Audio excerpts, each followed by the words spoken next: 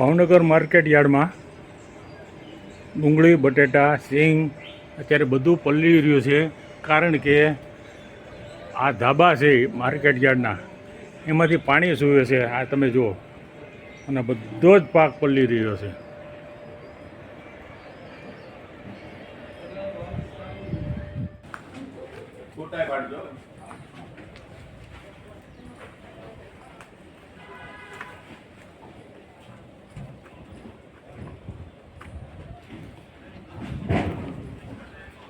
આ જો માર્કેટ યાર્ડની હાલત એટલી બધી ખતરનાક છે કે ખેડૂતોનો માલ પલળી રહ્યો છે.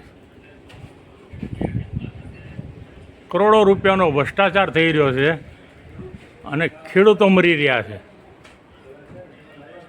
પછી તમારી મગફળી પલળી ગઈ છે ને તમને ભાવ ઓછા મળશે ને આવા બધા કરદા થાય છે. આ જોઈ લો, આ બધું પાણી પડે છે મગફળી ઉપર, સિંગ ઉપર પાણી પડે છે. જુઓ આ બધું.